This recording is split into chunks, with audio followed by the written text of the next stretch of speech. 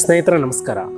ಶ್ರೀಮದ್ ಭಗವದ್ಗೀತೆಯ 16ನೇ ಅಧ್ಯಾಯದ 23ನೆಯ ಶ್ಲೋಕಕ್ಕೆ ನಿಮಗೆ ಆತ್ಮೀಯ ಸ್ವಾಗತವನ್ನು ಕೋರ್ತಾ, ಯಹ ಶಾಸ್ತ್ರ ವಿಧಿ ಮುತ್ಸೃಜ್ಯ ವರ್ತತೆ ಕಾಮಕಾರತಃ ನ ಸ ಸಿದ್ಧಿಮವಾಪ್ನೋತಿ ನ ಸುಖಂ ನ ಪರಾಂಗತಿ.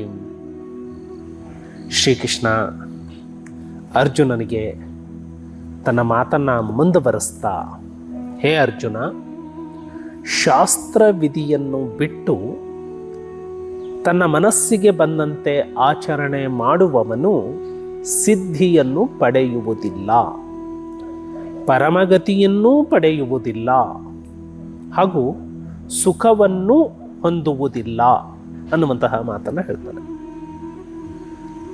ಬಹಳಷ್ಟು ಜನ ಈ ಶ್ಲೋಕವನ್ನು ಓದಿದಾಗ ಮೂಢನಂಬಿಕೆಗಳನ್ನೇ ಆಚರಣೆ ಅಥವಾ ಭಗವದ್ಗೀತೆ ಮೂಢನಂಬಿಕೆಯನ್ನು ಪ್ರೇರೇಪಿಸುತ್ತೆ ಅಂತ ಹೇಳಿ ತಪ್ಪು ತಿಳ್ಕೊಳ್ತಾರೆ. ಶಾಸ್ತ್ರ ವಿಧಿಯನ್ನು ಬಿಟ್ಟು ಅಂತ ಹೇಳಿದರೆ ನಿಸರ್ಗ ನಿಯಮವನ್ನು ಬಿಟ್ಟು. ಇದನ್ನು ನಾವು ಅರ್ಥ ಮಾಡ್ಕೊಳ್ಬೇಕು. ಯಾವ ನಿಯಮ ಅದು ಇಡೀ ಭೂಮಂಡಲದಲ್ಲಿ ಎಲ್ಲ ಕಡೆ ವ್ಯಾಪಿಸಿರುತ್ತೋ ಅದು ಶಾಸ್ತ್ರವಿಧಿ. ಶಾಸ್ತ್ರವಿಧಿ ಅಂದರೆ ಯಾವುದೋ ಒಂದು ಪುಸ್ತಕದಲ್ಲಿ ಯಾವುದೋ ಒಂದು ಮಂತ್ರದಲ್ಲಿ ಬರೆದಿದ್ದಾರೆ ಅಂತ ಹೇಳಿ ತಪ್ಪಾಗಿ ತಿಳ್ಕೊಳ್ಳೋದಲ್ಲ. ಶಾಸ್ತ್ರವಿಧಿ ಅದು ಇಲ್ಲಿಯೂ ಅಪ್ಲೈ ಆಗತ್ತೆ, ಜಗತ್ತಿನ ಯಾವುದೇ ಮೂಲೆಯಲ್ಲೂ ಕೂಡ ಅದು ಅಪ್ಲೈ ಆಗತ್ತೆ.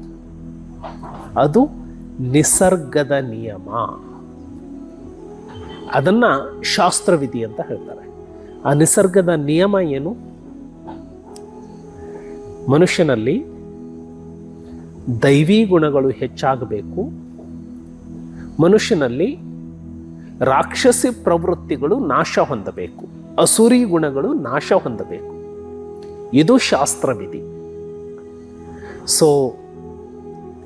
ಇದನ್ನು ಬಿಟ್ಟು ಒಬ್ಬ ಭಯೋತ್ಪಾದಕ ವಿಡಿಯೋಗಳು ಬರ್ತಿರ್ತಾವಲ್ಲ, ಐಸಿಸ್ ಉಗ್ರರು ಅಮಾಯಕರ ಕುತ್ತಿಗೆಯನ್ನು ಕಟ್ ಮಾಡ್ತಿರ್ತಾರೆ, ಅವರನ್ನು ಕೊಲ್ತಾ ಇರ್ತಾರೆ, ದೇವರ ನಾಮಸ್ಮರಣೆಯನ್ನು ಮಾಡ್ತಾರೆ. ಇವರೇನು ತಿಳ್ಕೊಳ್ತಾರೆ? ದೇವರ ಹೆಸರು ಹೇಳ್ಕೊಂಡು, ಅವರು ನಂಬುವಂತಹ ಪಂಥದ ಹೆಸರು ಹೇಳ್ಕೊಂಡು, ನಾವು ಹಿಂಸೆಯನ್ನು ಮಾಡಿದರೂ ಕೂಡ ಆ ದೇವರಿಗೆ ನಾವು ಪ್ರಿಯರಾಗ್ತೀವಿ ಅಂತ ಒಂದು ಮೌಢ್ಯದಲ್ಲಿ ಅವರು ಮುಳುಗಿರ್ತಾರೆ, ಅಂಧಕಾರದಲ್ಲಿ ಅವರು ಮುಳುಗಿರ್ತಾರೆ. ಹಾಗಾಗಿ ತನ್ನ ಮನಸ್ಸಿಗೆ ಬಂದಂತೆ ಆಚರಣೆ ಮಾಡುವವನು ಸಿದ್ಧಿಯನ್ನು ಪಡೆಯೋದಿಲ್ಲ. ನೀನು ಯಾವುದೋ ಗ್ರಂಥದ ಮೂಲ ಅರ್ಥವನ್ನು ಅರ್ಥೈಸಿಕೊಳ್ಳಲಾರದೆ ನಿನ್ನ ಉಪಯೋಗಕ್ಕೆ ಬಂದಂತೆ ಅದನ್ನು ರಾಂಗ್ ಇಂಟರ್ಪ್ರಿಟೇಷನ್ ಮಾಡಿಕೊಂಡ್ರೆ ನೀನು ಮುಕ್ತಿಗೆ ಹೋಗೋದಿಲ್ಲ. ಅದರಿಂದ ಪರಮಗತಿಯನ್ನೂ ಪಡೀಲಿಕ್ಕೆ ಸಾಧ್ಯ ಇಲ್ಲ, ಸುಖವನ್ನೂ ಕೂಡ ಪಡೀಲಿಕ್ಕೆ ಸಾಧ್ಯ ಇಲ್ಲ. ನಾವು ಹಲವಾರು ಧರ್ಮಗ್ರಂಥಗಳನ್ನು ತಪ್ಪಾಗಿ ಅರ್ಥ ಮಾಡ್ಕೊಂಡು ಬಿಟ್ಟಿದ್ದೇವೆ. ದೇವರ ಹೆಸರಿನಲ್ಲಿ ಹಿಂಸೆಯನ್ನು ಸೃಷ್ಟಿ ಮಾಡ್ತಾ ಇದ್ದೇವೆ.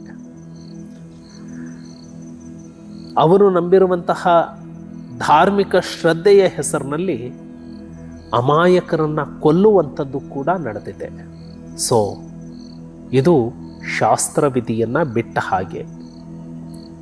ಎಲ್ಲ ಧರ್ಮಗಳಿಗೂ ಕೂಡ ಮಾರ್ಗದರ್ಶನವನ್ನು ಕೊಡುವಂಥದ್ದು ಭಗವದ್ಗೀತೆ ಆಗತ್ತೆ ಅಂತ ಹೇಳಿ ಈ ಅಂಶದ ಮೇಲೆ ಹೇಳಬಹುದು.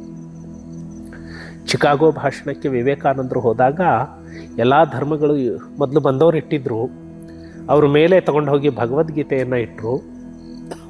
ಎಲ್ಲರೂ ನಮ್ಮ ಗ್ರಂಥದ ಮೇಲೆ ಇದನ್ನು ಇಟ್ಬಿಟ್ರಲ್ಲ ಅಂಥೇಳಿ ಒಬ್ಬೊಬ್ಬರೇ ಕೆಳಗೆ ಹಾಕ್ತಾ ಬಂದರು. ಕೊನೆಗೆ ಎಲ್ಲದಕ್ಕಿಂತ ಕೆಳಗೆ ಭಗವದ್ಗೀತೆ ಹೋಯಿತು. ತಮ್ಮ ಭಾಷಣದಲ್ಲಿ ವಿವೇಕಾನಂದರು ಹೇಳ್ತಾರೆ, ನನ್ನ ಭಗವದ್ಗೀತೆಗೆ ಎಷ್ಟು ದೊಡ್ಡ ಶಕ್ತಿ ಇದೆ ಅಂದರೆ ಎಲ್ಲ ಗ್ರಂಥಗಳನ್ನು ಹೊತ್ತುಕೊಳ್ಳುವಷ್ಟು ಶಕ್ತಿ ಈ ಭಗವದ್ಗೀತೆಗೆ ಇದೆ ಅಂತ ಹೇಳಿ ಚಿಕಾಗೋದ ಭಾಷಣದಲ್ಲಿ ಸ್ವಾಮಿ ವಿವೇಕಾನಂದರು ಹೇಳ್ತಾರೆ. ನಮಸ್ಕಾರ. ನಾಳೆ ಮತ್ತೆ ಭೇಟಿಯಾಗೋಣ.